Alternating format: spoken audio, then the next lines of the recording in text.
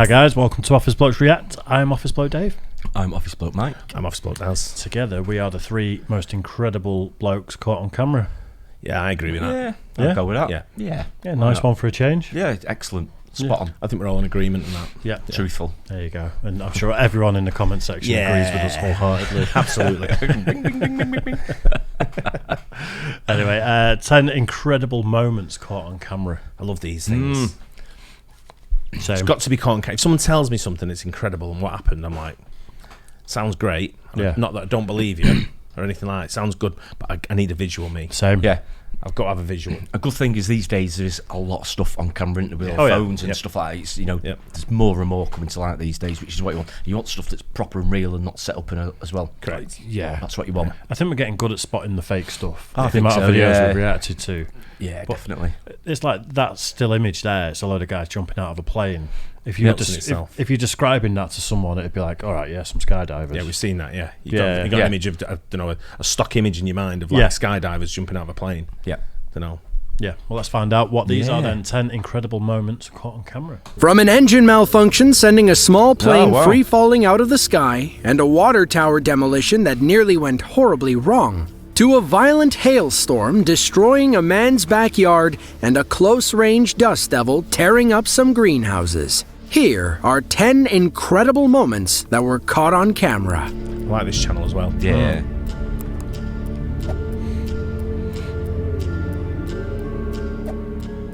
Mossel Bay is an essential vacation town on South Africa's southern Cape. The shore has been a popular destination for South Africans since the 1930s. Meanwhile, it serves as a rest point between Port Elizabeth and Cape Town for European and Western travelers. I was speaking to my mate yesterday. I don't want to stop it so early. He said, "What are you doing?" He said, "I'm going on holiday tomorrow." I'm going to Mossel Bay. Really? What are the chances of that? Unbelievable. He's got a few other places, but he's heading there. Yeah. Right, okay. I know my bro went to, him and Becky went to a wedding in South Africa. I want to say they went to Durban at one point. Yeah, Durban's nice. But it looks like such a stunning country, Yeah, parts yeah, of it. Yeah. Joburg's a place you got to have your wits about you. I mean, all South Africa have your wits about it. Joburg, definitely. Yeah. Yeah, but yeah, it's funny that, isn't it? Yeah. Twice in a day I've heard that. Incredible. I've never heard of it in my life. No. Unbelievable. What a coincidence. Yeah. Mossel Bay is also a popular skydiving destination for thrill seekers across the globe. But on October 14th of 2021, a group of skydivers got a few more thrills than they bargained for when their plane stalled and began a free fall right as they went to jump. Everyone's got parachutes on. What a time for a plane to start crashing. I know, yeah. If there's one thing you want when a plane has a malfunction, it's a parachute. Yeah, isn't it? Absolutely, yeah. Yep.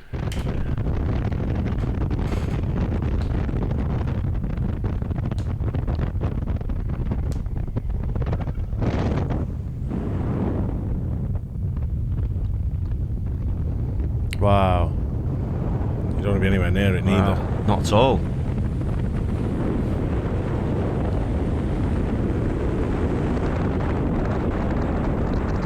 Squeaky bum time for that pilot, isn't Just it? a bit. I think he's still in it. Yeah.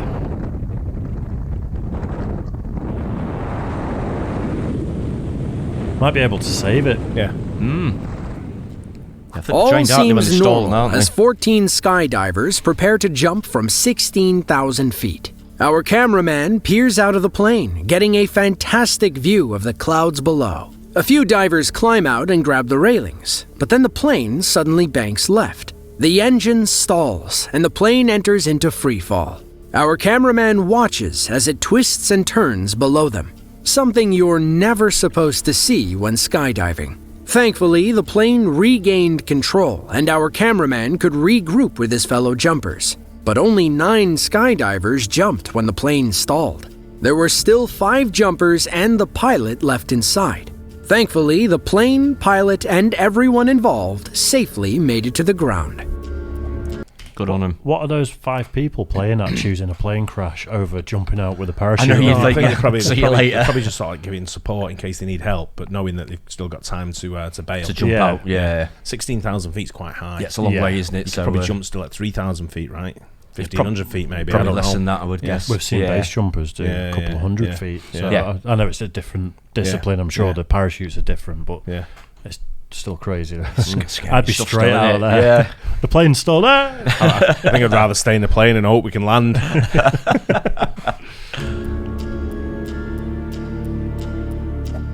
Palos de la Frontera is a small town in the Spanish province of Huelva. Nestled in southwestern Spain, Palos is home to only 10,000 people, but it's a city rich with history. Most famously, it's where Christopher Columbus set sail for America in 1492. Now, other than Columbus, Palos usually stays out of the public eye. That is, until December 1st of 2016, when a tornado touched down near some greenhouses.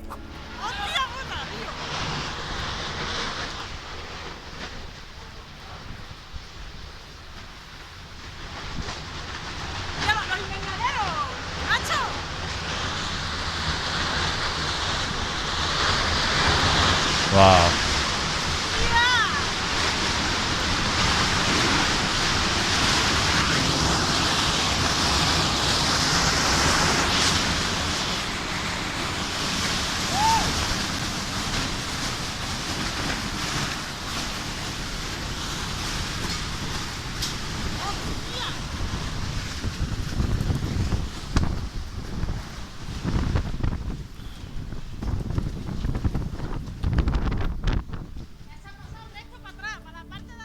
The twister draws closer to the greenhouses as our camera crew enjoys the moment. While it looks like the tornado, or perhaps dust devil, loses a bit of steam, it's still strong enough to lift lightweight tarp and plastic off the ground. The tarps almost look like a swarm of Dementors from Harry Potter flying overhead. The tornado moves deeper into the farm, and the poor greenhouses barely stand a chance. Now, this footage is something of a rarity. You see, tornadoes aren't that common in Spain. When they touch down, they rarely cause more than EF1 intensity damage. Nothing close to the storms in Tornado Valley, USA. No. According to Mayor Camelo Romero, nobody got hurt in the storm, and most emergency calls were about flooded basements and stuck drivers. Imagine this. You're living in Phoenix, Arizona, and enjoying a relaxing day by the pool. The weather never gets too crazy, and you can always jump in the water if a heat wave rolls through. But then, all of a sudden, golf ball-sized hail starts raining down at a moment's notice. This became a reality for Phoenix residents on October 5th of 2010, when a massive hailstorm developed over the city and caused $3 billion in damage. It looks like the sky is literally falling as our homeowner decides to record this phenomenon. Kind of get like, heavy rain, winds, snow, heavy snow, all that kind of stuff. But hailstone's one of them things that you look at and you think, how? Yeah, what It's is it? weird, isn't it? Yeah. And how do you get little tiny hail that's like, and then you get, stuff like this. These are like golf balls, aren't they? They're absolutely huge. You just imagine if you're actually out walking in it. I mean, I don't know, you'd probably have got it, wouldn't you? Stuff like that. Imagine it'd hurt. I mean, they've got to be coming down at a pretty fast pace, haven't they? Yeah. Dropping from like 1,000 feet, 800 feet. I'm not sure you'd be a goner, but I but think it'd hurt because I don't know if anyone's died through hailstone. I don't know.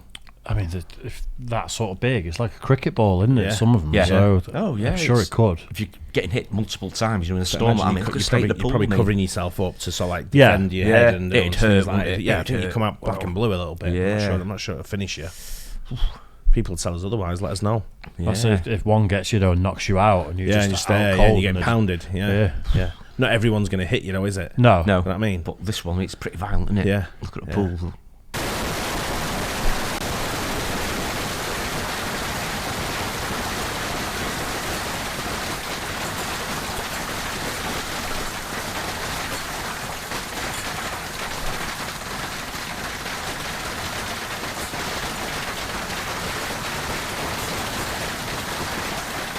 Relentless as well. Yeah.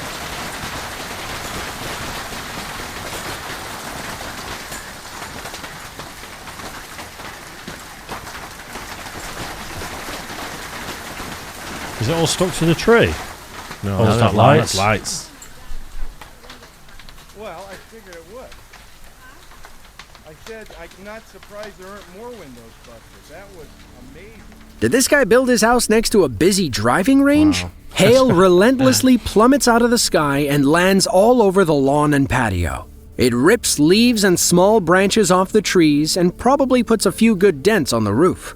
We eventually pan over to the pool to see it's gotten worse. The deep end looks like a violent storm on the open ocean. According to the U.S. National Weather Service in Phoenix, the October 5th storm produced 2 of the 3 largest hail events in Maricopa County history. The hail broke countless windows, dented cars, and destroyed roofs.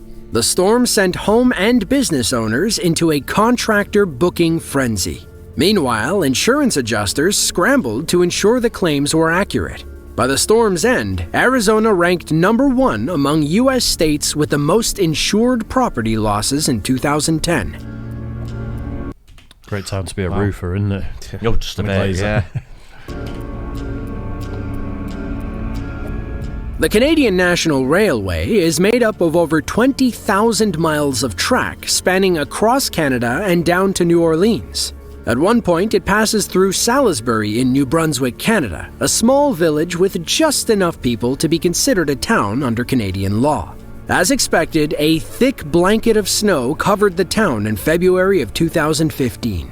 Darren Gordon was on break from his day job when he spotted the train coming down the tracks. He knew the opportunity for viral footage was too good to pass up.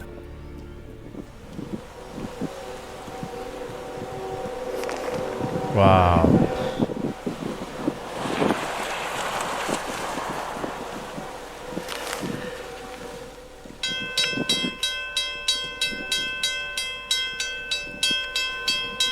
Look at that. You wouldn't even know it's a train, would you? So imagine driving it. You just can't see where you're going at all. I know it's on a track, but It's not like you're going to need to turn left or right anytime soon. I know, even so. It's what's in front of you. Wow. These wipers on, mate. Yeah.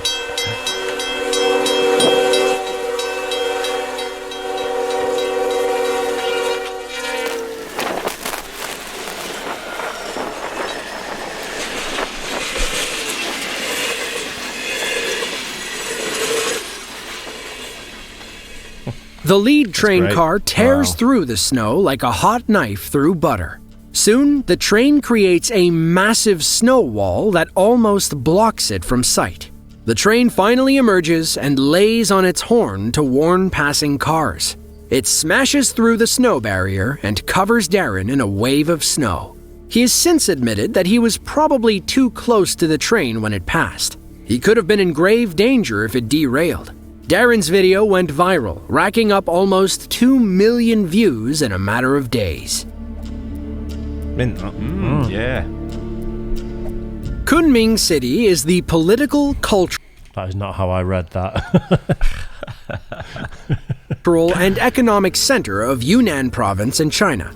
Most of Yunnan's big businesses host their HQs in Kunming City, making it a hotspot for new construction projects. Sometimes, those builders get too far ahead of themselves. They draw up these grand plans, start building, and then run out of money. That's what happened to 15 unfinished Kunming skyscrapers, leading to their demise on August 27th of 2021.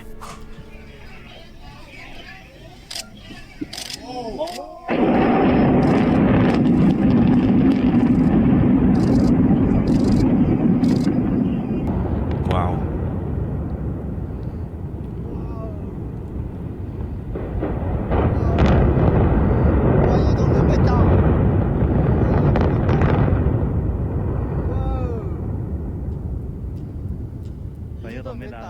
Tall buildings stretch as far as the eye can see. Then, 15 of them topple in a matter of seconds. The controlled demolition forced them to fall in different directions, thus avoiding any collisions. 2 buildings on the right side hung on for a few seconds, and one in the center simply refused to fall. Perhaps the most impressive part is the massive cloud of dirt and dust.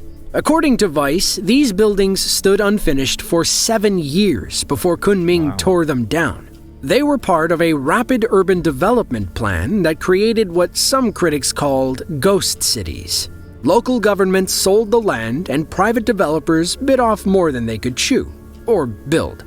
In the end, it took 45 seconds to destroy a project 10 years into the making.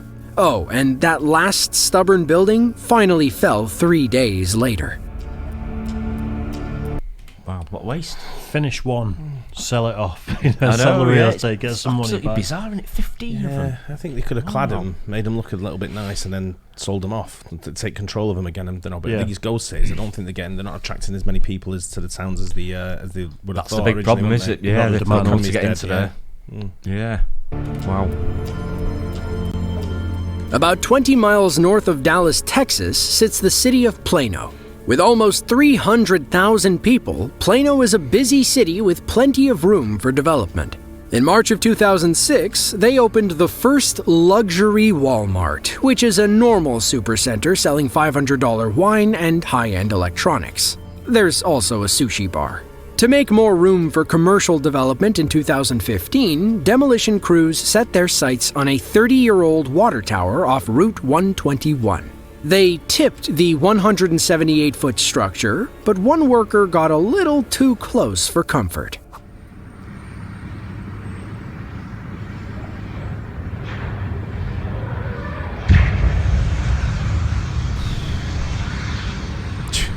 Yeah. This video is all about perspective. As the tower falls, it looks like it's about to flatten the pickup truck and the guy standing next to it. But upon impact, we see that they were standing a safe distance away. The Plano Tower went up in 1985, but was officially decommissioned in 2010.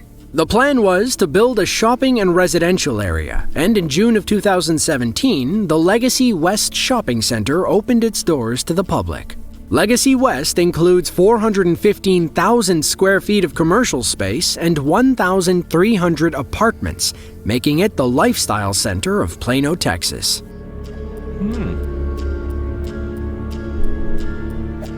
You may have never heard of Promontory, Utah, but the piece of high ground in Box Elder County is an essential part of American history. It's where the Union Pacific and Central Pacific Railroads met in May of 1869, when Leland Sanford drove the last Golden Spike, officially completing the first transcontinental U.S. railroad. But Promontory has come a long way since 19th century railroads. In the 21st century, it serves as a testing location for NASA rockets. On August 31st of 2010, a crowd gathered to watch as they tested their new Ares 1 engine. Immediately after ignition, the unfathomable power became stunningly obvious. 3, 2, 1, fire.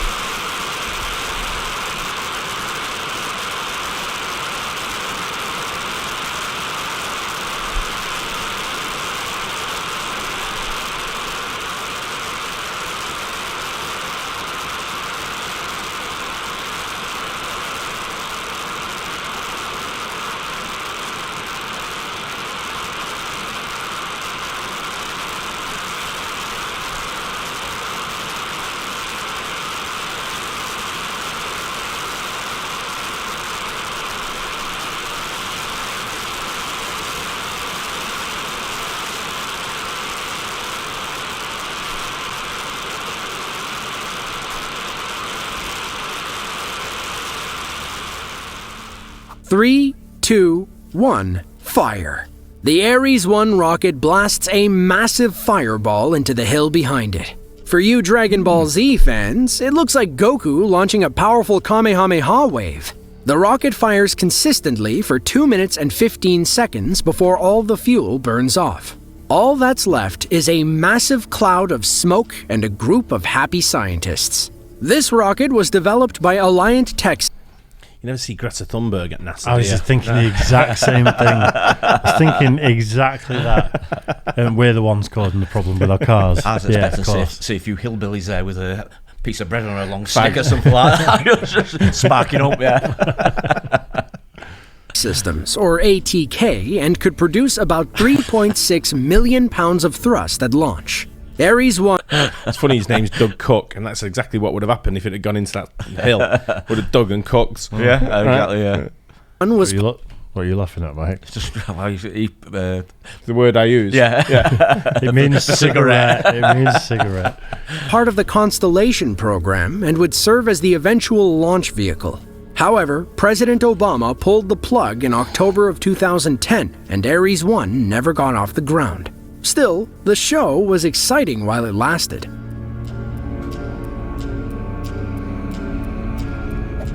On April 28th of 2019, a violent wildfire roared through Tambovka village in Russia. A group of criminals started the blaze, which spread for miles through the grasslands. High above the flames, a Far Eastern stork built their nest on a metal electrical tower. Before the fire, a Russian wildlife agency installed a camera to record the endangered stork family. They captured a heartbreaking time-lapse as the fire ravaged the ground below. Thankfully, none of the storks or babies got hurt. The stork just watches as the fire moves from left to right. At one point, it gets up and paces around, clearly nervous and confused about what's happening. It can definitely feel the intense heat when the fire is right underneath. Sadly, wildfires like these destroy several stork nests every year. As one of the rarest birds in Russia, locals do everything they can to protect the Far Eastern stork. If Queens, New York were its own city, it would be the fourth most populous city in the United States, between Houston and Chicago. Queens is also the most linguistically diverse place on Earth, with 138 languages spoken in the borough. But every language has its share of colorful curse words. On August 1st of 2011, Mike Akers was recording a hailstorm at his parents' house when a lightning bolt forced him to scream a few of his favorite swears. Are we going to guess what nationality he is before it goes? What's his name? I can't remember what his name was now. Was it like Craig something? It was like quite a inane, like normal sounding name, wasn't it? Yeah, I'm not sure. Scottish I'm going for. I'm going to say Scottish. Hotfordama. Dutch. Dutch. Dutch. I'm gonna go Spanish. I Yeah? think some naughty Spanish words coming. Or Portuguese, yeah. Holy Nope. I felt the f***ing shockwave from that. I felt the shockwave. That was close. And I got that on film. Oh my god. Mike's lawn looks more like a driving range as baseball-sized hail pelts the grass outside. He probably thought it was wise to park under the tree, but that's exactly where a bolt of lightning strikes, sending Mike running back inside. After a handful of expletives, Mike focuses back on the tree and we see bark and wooden debris scattered among the hail. Mike claims that he felt the shockwave from the lightning's sonic boom. When lightning strikes, it superheats the air to 50,000 degrees. This creates a massive sonic boom, also known as thunder. Mike got the rare opportunity to feel thunder rather than hear it, but we imagine he'd rather not do it again. Mike Akers, his name. It says on the bottom of the screen, didn't it? I didn't see it. Yeah. They just threw me by saying how many languages were spoken there. It Yeah. was like he was leading into. Yeah, I didn't know that Queens Yeah. would be, what did he say, third or fourth on the list? If it was a city, it'd be fourth on the list, wouldn't it, of population? Wow, Not that, that's innit? big, that. Yeah, well, he said most populous, so I don't know if that's going to be per square foot or, you know. Queens is a borough, isn't it, as opposed to a city? Yeah. Things like Jamaica's in Queens, isn't it, and things like that, which with JFK's in Queens. Yeah, Right. I think that's what we were saying, Yeah. wasn't it? It wasn't if it was a city sort of Yeah. thing. So yeah, it's must be a lot of people there. Neil Armstrong is a decorated pilot, an aeronautical engineer, and the first person to walk on the moon. Unless you think Kubrick faked it. But conspiracy theories aside, nobody can deny that Neil Armstrong is an American hero. But one close call almost ended Neil's space adventure for good. On May 6th of 1968, Neil was test flying the Lunar Landing Research Vehicle, or the LLRV. He had already piloted the LLRV 20 times before. He knew it like the back of his hand. But this time, a mechanical malfunction caused him to lose control. At first, Neil looks like he's in complete control of the machine. He eventually comes in for a landing, or what we assume was a landing, and then takes off again. Perhaps That's not the this moon. is where something malfunctioned. Either way, That's not the moon. It's clouds. I maybe stupidly assumed that flew because of the lack of gravity on the moon. I didn't realise it was a viable, can fly about on Earth. You'd Machine. have to practice it, wouldn't you? You'd have to train somewhere. I know, but it just like, what's the propulsion there? Is it little propellers or something? It looks weird. Yeah, I'm not sure really. It looks like a UFO. You wouldn't have thought you'd need as much propulsion on the moon. No, well, clearly you wouldn't, because there's a lot less gravity, isn't there? So It's like a drone that's made to look like one in the studios where they film the moon landing. Next to the ice wall. Close to the ice wall, yeah. Yeah, it's actually Can't get to the moon anyway. It's a glass ceiling, isn't they? that's true. Yeah, it's a dome. Dome. Yeah, and it's actually Bigfoot that pays for the production. Oh, of these okay. things as well. Yeah, Right, yeah, okay. throwing us off the scent. Armstrong is forced to eject 200 feet above the ground and open his chute immediately.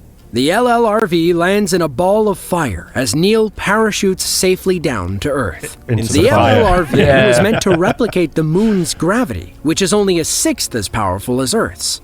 In fact, Armstrong often referred to the training vehicles as risky but useful. But all of his training paid off, and Armstrong landed his LLRV on the moon's surface on July 20th of 1969. If you want to see another video just like this one, be sure to click the link on screen now. That was good. Long Nice. one, that, but it didn't seem long, did it? no, Flew by. It's the difference when you get a little bit of good footage with something, isn't it? Rather than just talking. Yeah, you got to have footage though when it comes to things like that, haven't you? Otherwise, it's not great. If it's just like a picture, it's not quite as good to Don't have get the same- into, is it? don't But have the it's same good. effect. Yeah, good video, good narration, and everything like that. I enjoyed that. Yeah, decent. I've just never considered that little lunar module thing being able to fly on Earth. I don't know why. Yeah. They got training, haven't you, somewhere? Yeah, I get that, but I just thought it would have been. I don't know. I've not given it much thought, but just seeing it fly near the ground seems really odd. Yeah. It looks really out of place. Yeah, I know what you mean. Anyway, hope you guys enjoyed it too. Don't forget to like and subscribe, and we'll catch you on the next one. Cheers, guys.